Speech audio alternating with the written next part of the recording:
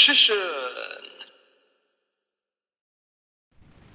Hey YouTube, Dark Richician 84 here, and I am profiling my Magician Girl deck, like a more casual version of Dark Magician in a way. Bloody Siren again. Now I'm gonna do this a little bit differently and explain what all the cards in the deck do, mainly for my girlfriend Emma, as I recently built her own Magician Girl deck, and I thought I'd do this mainly for her and any other new players or returning players. Yeah, Magician Girls are a lot of fun. They're very simple to play. If you're a big fan of Dark Magician Girl or any original series monsters, really, I recommend you give this deck a try, and I hope you enjoy. So, starting with the Magician Girl monsters themselves, I have 2 copies of Dark Magician Girl. One of them is my original copy, and her effect is that she gains 300 attack points for every Dark Magician and Magician of Black Chaos in either player's graveyard. That's plain and simple. Then 2 copies of Kiwi Magician Girl, the hand trap of the archetype. Basically, at any point during either player's turn, you can discard this card, and all Magician Girls you control gain 300 attack points for each Magician Girl with a different name on your field and in your graveyard. Oh, and this isn't even a once per turn effect, so you can stack multiple copies of her and gain, make your Magician Girls gain more attack. So potentially, now there are 6 monsters in the archetype, so 6 300s make 1800, so provided they're all out, you can make everything gain 1800 attack, and if you drop both of them, that's an extra 36. I mean, I haven't pulled that off yet, but it'll be crazy if it does get pulled off. Then the rest of them have kind of similar effects. Oh yeah, I forgot, she has another effect, an effect that only applies while on the field. And basically, while this card is on the field, spellcaster type monsters you control cannot be destroyed by card effects, and the opponent can't be the opponent can't target them with card effects. Then 2 copies of Lemon Magician Girl, and the one that's whose effects are kind of hard to use, or at least the second one is anyway. Basically, once per turn I contribute a Magician Girl monster, except another copy of Lemon Magician Girl, to add a spellcaster from your deck to your hand. Oh yeah, it's that effect that doesn't really get used very often, but it can be. And if this card, once per turn, if this card is targeted for an attack, you can special summon a spellcaster type monster from your hand, but its effects, if any, are negated, then change the attack target to it, and the attacking monster loses half its attack points permanently. That is, if it's able to survive. So those are the 2 ofs. For the 3 ofs, I play Chocolate Magician Girl, one of the best ones. Once per turn, you can discard a spellcaster to draw a card, and once per turn, if she gets attacked, I can target a spellcaster in my graveyard, except another Chocolate Magician Girl, special summon it, redirect the attack to that spellcaster, and the attacking monster loses half its attack points.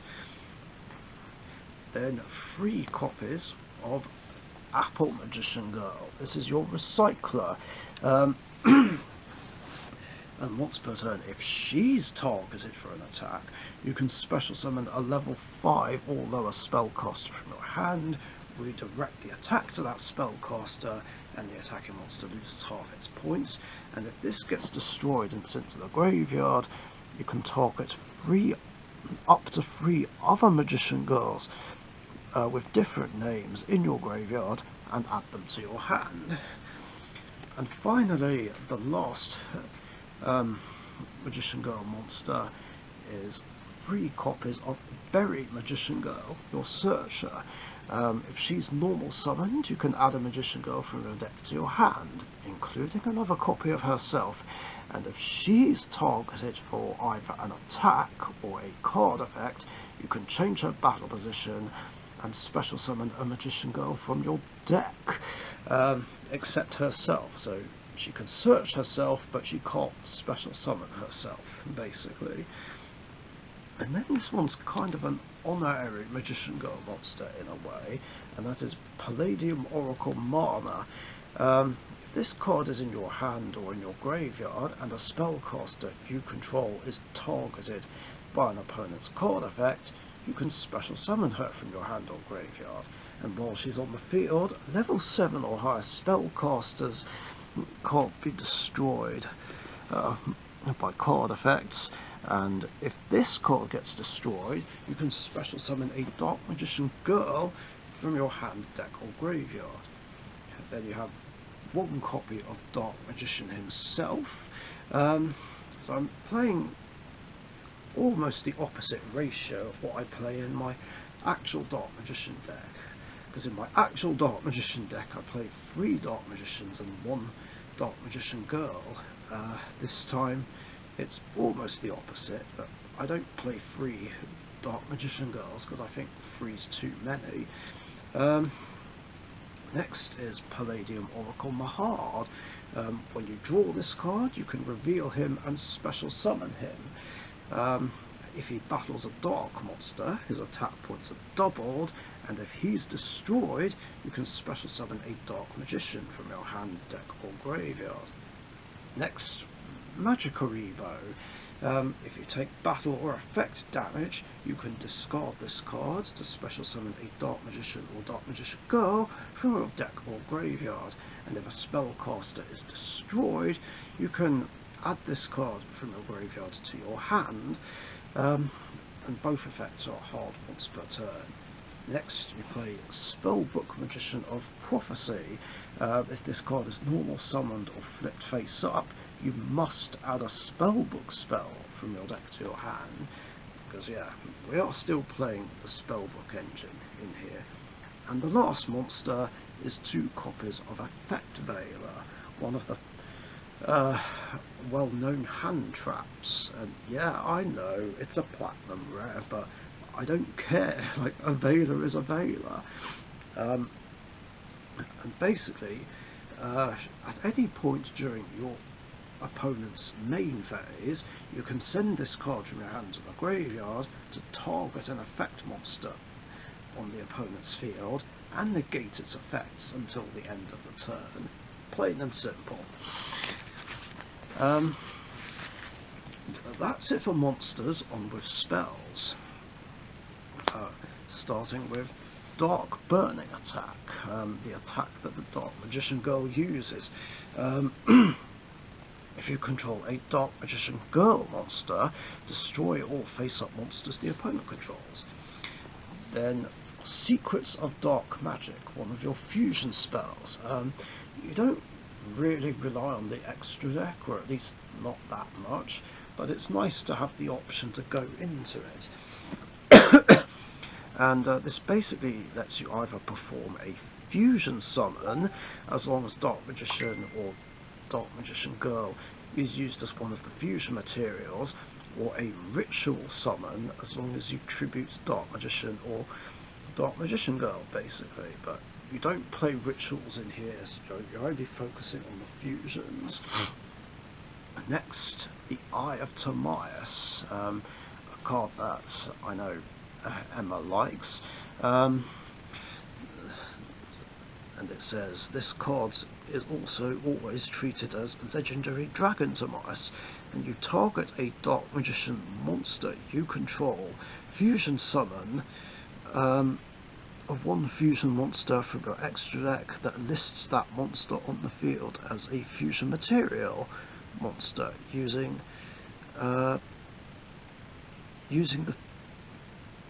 it as a fusion material, and you can only activate one Eye of Timaeus per turn. That was a mouthful to read. And your other fusion spell is Magicalized Fusion. This is what you use to go into Quintet Magician. Basically, you banish fusion materials from your field or graveyard, or both, that are listed on a spell cost of fusion monster and fusion summon it. Simple as that. And here are those spellbook cards. 2 copies of Spellbook of Knowledge. You basically send to the graveyard either one spellcaster monster you control or one other spellbook card from your hand or face up on your field, except Spellbook of Knowledge. And if you do draw 2 cards, you can only activate one of these per turn. Then the other one is Spellbook of Secrets, which basically lets you add a spellbook card from your deck to your hand, except another copy of itself, and its activation is a hard once per turn. Then we're going on to the generic spells. Double Summon. It lets you conduct 2 normal summons. 2 normal summons or sets this turn, not just one. So, well, to put it simply, it lets you perform another normal summon in addition to the one that you already did, basically. Then Monster Reborn, which just basically lets you target a monster in either player's graveyard and special summon it. Regeki, which destroys all the opponent's monsters. And Twin Twisters, you discard a card to target up to 2 spells or traps on the field and destroy them. And now for traps. Starting with Magician's Circle. When a spellcaster declares an attack, both players special summon a spellcaster from their decks that have 2,000 or less attack points in attack mode. Plain and simple. Then back to the front, which is a bit like Monster Reborn but watered down. You target one of your monsters in your graveyard and special summon it in defense mode. Then Mirror Force, my second favourite trap card in the game. When an opponent's monster declares an attack, destroy all attack position monsters the opponent controls. Then you've got Storming Mirror Force, which basically does the same thing as Mirror Force, only instead of destroying the monsters, you return them to the hand. And finally, 2 copies of Solemn Strike. Basically, when a monster would be special summoned, or a monster activates its effect, you pay 1,500 life points to negate the summon or activation of the effect and destroy it. But do be careful though, if you negate a special summon, well, regarding negating a special summon, you can't do it on a monster that's been special summoned by a card effect, like Monster Reborn, for instance. The reason why is tricky to explain, but basically the timing's not correct, and that card is still resolving upon summon, but any other form of special summon this can stop. And that's it for the main deck. On with the extra deck. Now, like I said, you don't use it that much, but it's nice to have all these options. Starting with Quintet Magician, a very powerful fusion monster. Its fusion materials are 5 spellcasters, must be fusion summoned, and can't be special summoned by other ways. And if this is fusion summoned using 5 spellcasters with different names, you can destroy every single card on the opponent's side of the field. Also, this face-up card on the field can't be tributed, and it can't be used as a fusion material, nor can it be destroyed by card effects. So yeah, it just gives Super Poly and Kaijus the middle finger. Now, the rest of the fusions you do bring out with the Eye of Timaeus, basically, although there is one you can technically get out with Secrets of Dark Magic, but we'll get to that. Master of Chaos. I'm not really going to go over the fusion materials. Actually, yeah, I will. But yeah, like I said, you use the Eye of Timaeus to get these out, using it on Dark Magician or Dark Magician Girl. So fusion materials on Master of Chaos are Dark Magician and a Chaos or Blackluster Soldier Ritual Monster. If this card is fusion summoned, you can target a light or a dark monster in your graveyard and special summon it, and you contribute a light and a dark monster you control to banish all monsters the opponent controls, and if this fusion summon card is destroyed in any way, you can target a spell in your graveyard and add it to your hand.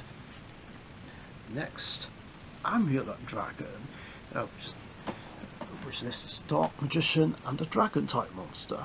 Must be fusion summoned with the above fusion materials or with the Eye of Timaeus.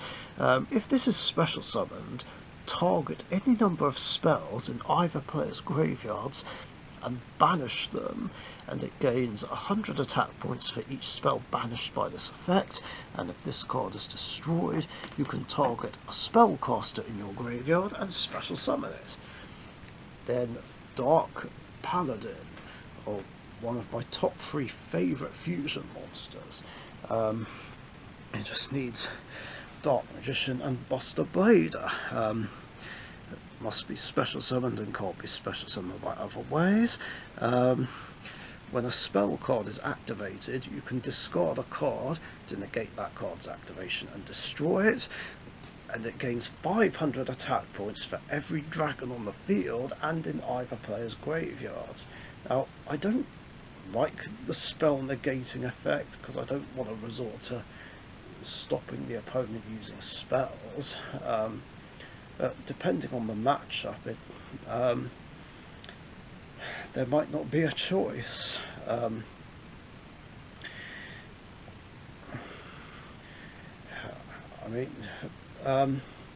think it's fairer than the Turian Beast and Hope Harbinger. They're more generic. They're too easy to summon. Like, milling 2 cards is nothing to give up, whereas Hope Harbinger is a free negate, whereas with Dark Paladin, well, it can only be used in one archetype, and I have to discard a card, which is a lot to give up by comparison, but even then I don't want to resort to using it. Next is the Dark Magicians. Now this can also be brought out with Secrets of Dark Magic, of course. The fusion materials are Dark Magician or Dark Magician Girl and a Spellcaster type monster. And once per turn, if a spell, trap, or a spell or trap effect is activated, you can draw a card, like after it resolves. And if it was a spell or trap, you can set it, and if it was a trap or a quick play spell, you can activate it in the same turn. And if this card is destroyed, you can special summon Dark Magician and Dark Magician Girl from your hand, deck, or graveyard. Now you can of course bring this out with a magicalized fusion if need be, but I wouldn't recommend it, because you don't really want to banish Dark Magician and Dark Magician Girl, do you?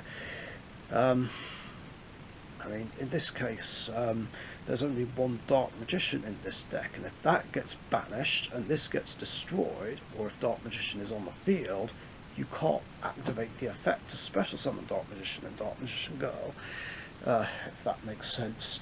And the last fusion monster is Dark Magician Girl, the Dragon Knight. Once per turn during either player's turn, you can discard a card to target a face-up card on the field and destroy it. Oh, and its fusion materials are Dark Magician Girl and a Dragon. But again, it's fine because you're bringing it out with the Eye of Timaeus, so you don't need to worry about fusion summoning them the usual way. That's it for fusions. On to exceeds, including the Utopia package, Utopia and Utopia the Lightning. Regular Utopia requires 2 level 4s, and when an attack is declared, you can detach a material to negate the attack. And if this gets attacked while it has no materials, it gets destroyed, which isn't great, and it does cause a battle replay. And as for Utopia the Lightning, well, this is my favourite Exceeds monster. Now, it does say it needs 3 level 5 light monsters, but you don't use them to make it. Instead, you use a Utopia monster as a material.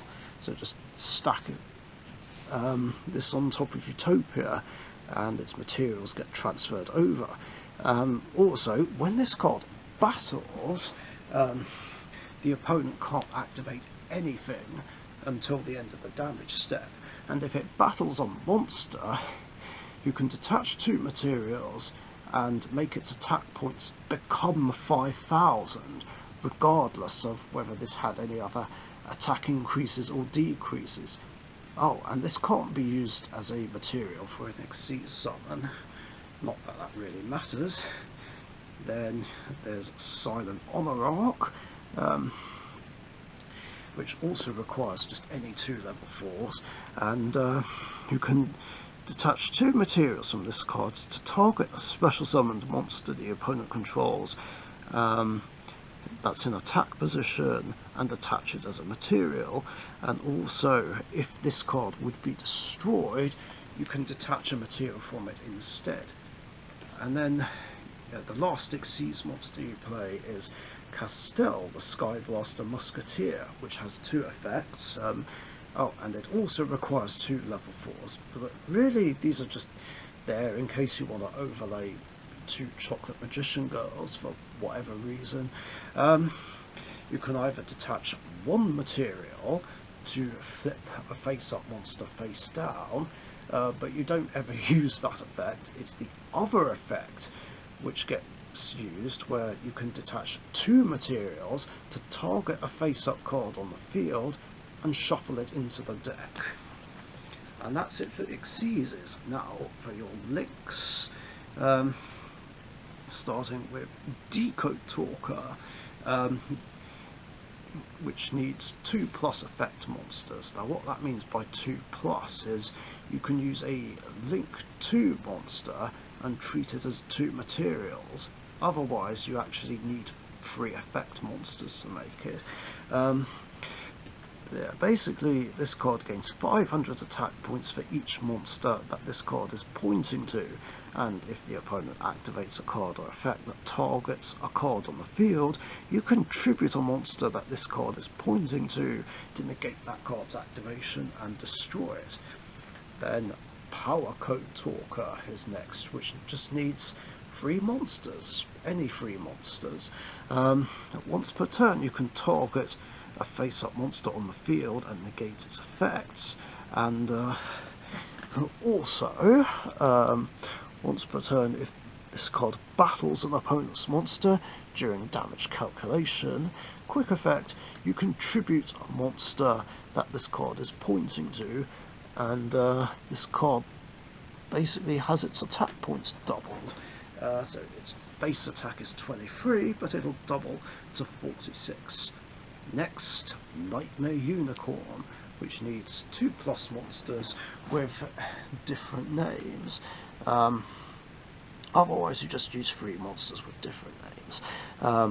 If this card is Link summoned, you can discard a card, then target a card on the field and return it to the deck.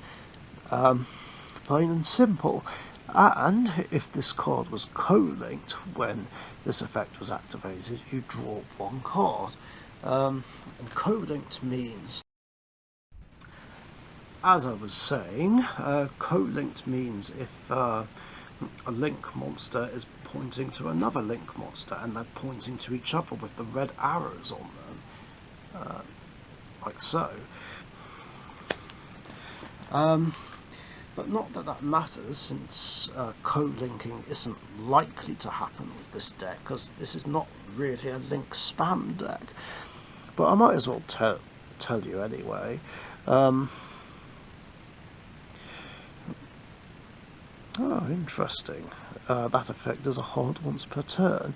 While any co-linked nightmare monsters are on the field, for your normal draw in your draw phase, draw one card for each different card name among those co-linked nightmare monsters, instead of drawing just one card.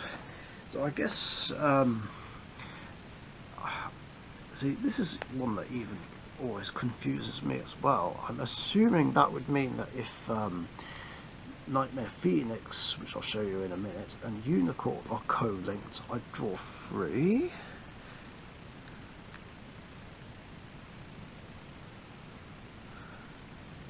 I think that's right. Anyway, speaking of Nightmare Phoenix, here it is. This is a link 2, which just needs 2 monsters with different names, and when this card is link summoned, you can discard a card to target a spell or trap on the field and destroy it. And this card was co-linked when this effect was activated, you can draw a card, and it's a hard once per turn, and co-linked monsters you control cannot be destroyed by battle. And the last link monster in the whole deck is Daybreaker, the Shining Magical Warrior. It needs 2 spellcaster type monsters, and if this card is link summoned, it gets a spell counter, plus 300 attack points for each counter on it. You could use almost anything for a counter, really, like a dice, for instance. And once per turn, you can activate each of the following effects. If a spellcaster monster is special summoned to a zone it points to, it gets another spell counter, and you can remove 2 spell counters from this card to target a card on the field and destroy it. And yeah, that is the Magician Girl deck profile. I hope you guys enjoyed. If you did, leave a like and a comment, share and subscribe if you haven't subbed already. I know this was a longer profile than normal, but like I said, I wanted to do it this way, mainly for my girlfriend, just so she knows what all the cards do. And yeah, that's all I got. Thanks for watching, stay safe, and I'll catch you guys later. See ya. Thank you very much for watching. Be sure to subscribe to the Dark Richician YouTube channel.